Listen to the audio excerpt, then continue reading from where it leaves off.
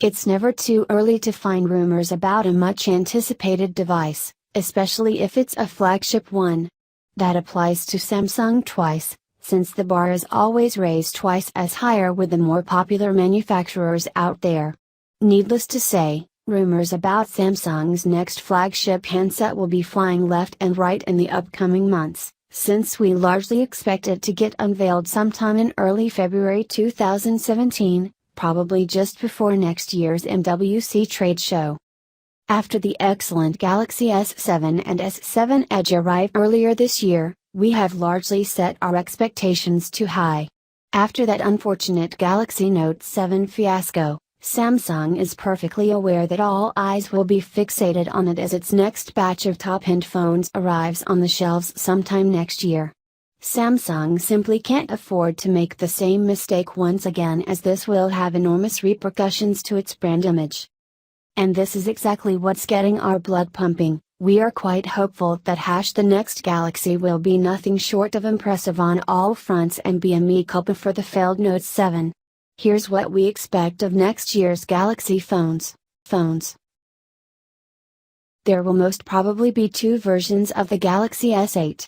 We've heard numerous reports that these are internally codenamed Dream and Dream 2 and will roll under the SMG 950/SMG 955 model numbers. It doesn't take much imagination to make the connection. Apart from a smaller size Galaxy S8, it's almost a given that we will see a larger Edge version of the phone.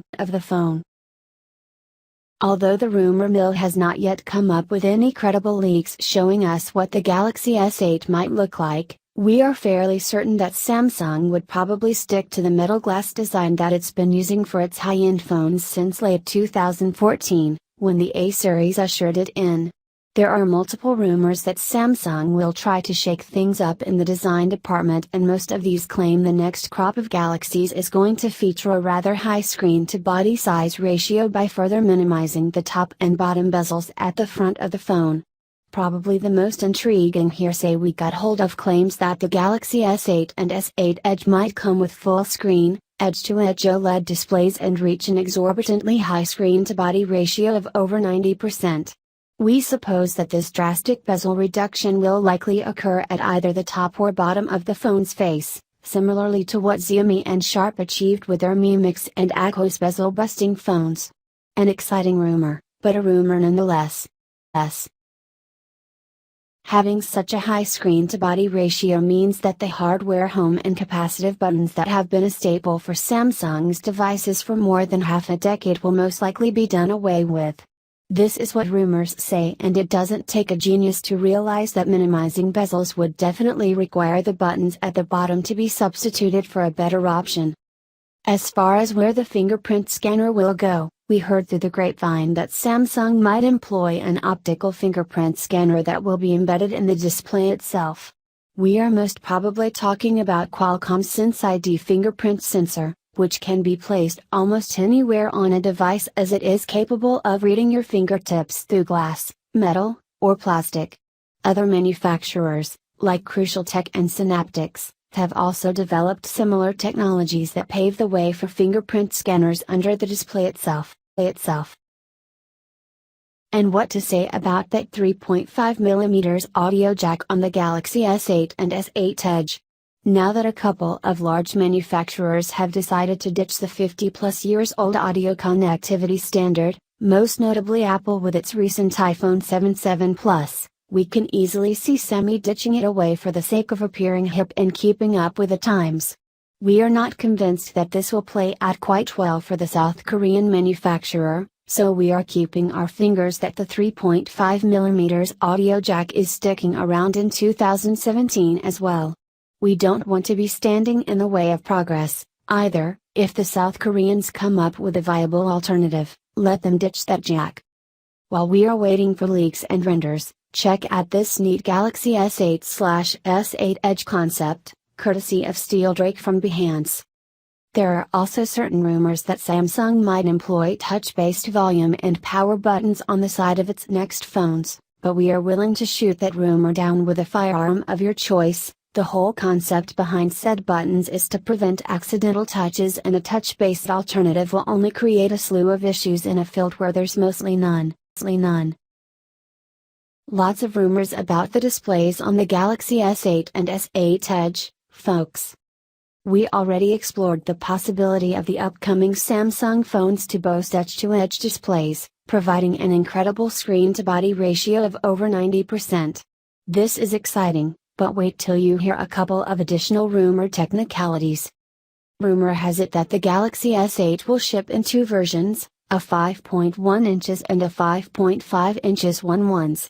However, we also heard that Samsung might supersize the regular Galaxy S8's display all the way up to 5.5 inches or even 5.7 inches, while the S8 could go all the way up to 6.2 inches in order to compensate for the missing link in the Note lineup.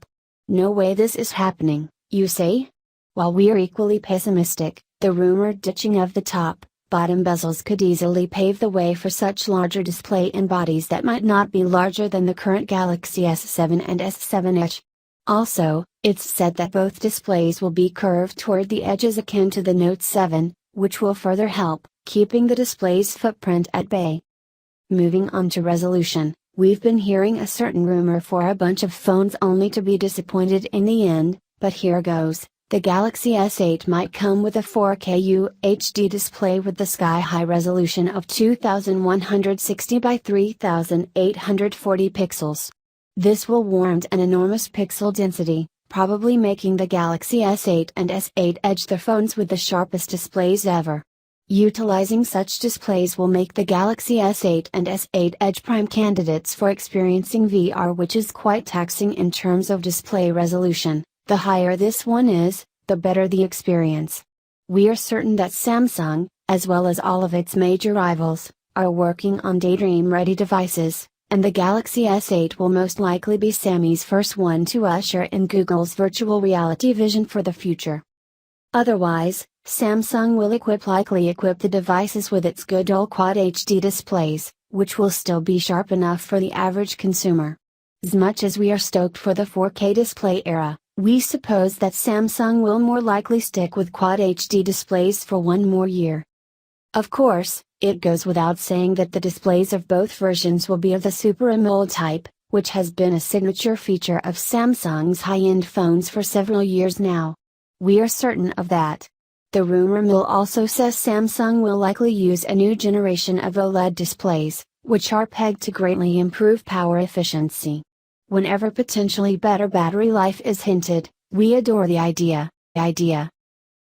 Rumors put a Snapdragon 830 chip inside the Galaxy S8 and the S8 Edge, though we shouldn't rule out the possibility that a Snapdragon 821 finds its way inside in the worst-case scenario. The international versions of the two anticipated devices will likely be getting an Exynos makeover, similar to what Samsung has been doing for the past few years. In particular, the one pegged for the task is the Exynos 8895 chip. Both the latter and the Snapdragon 830 will reportedly be utilizing a 10nm manufacturing process, possibly greatly improving performance and power efficiency. Now, as far as RAM goes, speculations have it that Samsung would throw 6GB or even 8GB of RAM inside the Galaxy S8 and the S8 Edge. Recently, Samsung announced 8GB RAM chips, so the possibility for that much operational memory on board is no longer wishful thinking. As Samsung has never separated its flagships in terms of RAM, we highly doubt that there will be two versions of either the Galaxy S8 or the Galaxy S8 Edge. These will surely come with the equal amount of RAM. Storage-wise, we suppose the base version will come with at least 32 gigs of native storage. As a reminder, the Galaxy S7 and S7 Edge in the USA were only available with 32 GB of storage on board, but we hope that this won't be the case with the Galaxy S8. We hope that Samsung doesn't ditch the microSD card slot, too. Here's where it becomes truly interesting. Numerous reports originating from China, where most leaks come from anyway, claim that the Galaxy S8 will be sporting a dual camera at its back, which would probably pave the way for lossless optical zoom or other camera-centric features. Now that the latest iPhone 7 Plus and a slew of other phones have dual cameras, it's only logical to assume that Samsung is exploring this possibility.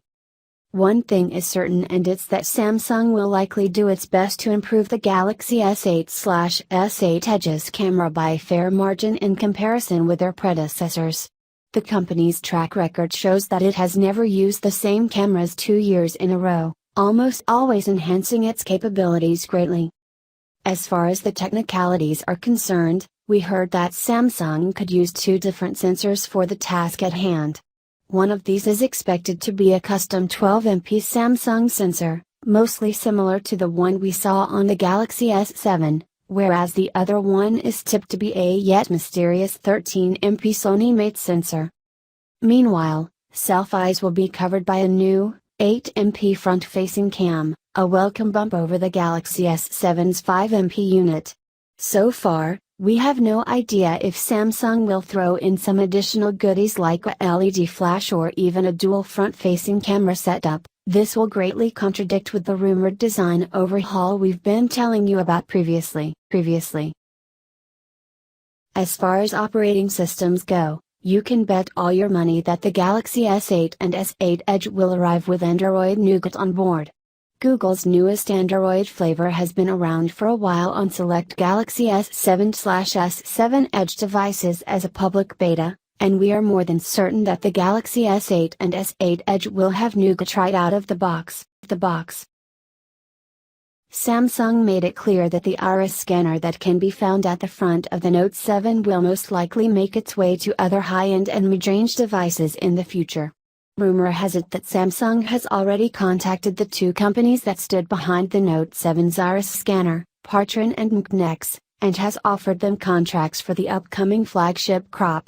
Being the next flagship, we are more than certain that the Galaxy S8 will feature the new type of biometric security hurdle, 2.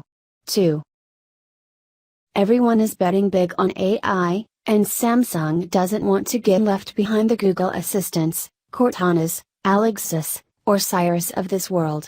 That is why it acquired Viv, and, from the looks of it, will even tailor the chassis hardware to accommodate Bixby better by introducing a dedicated button for launching the digital assistant. Yep, that's right, citing the proverbial people familiar with the matter, the Wall Street Journal claims that Samsung is sold on the idea to have a physical button on the S8, with the sole purpose of starting the Bixby butler.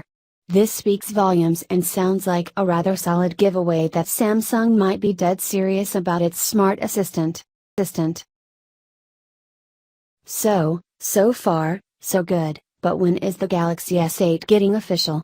Judging by past announcement, we have a premonition that the Galaxy S8 will be announced just a day before MWC 2017.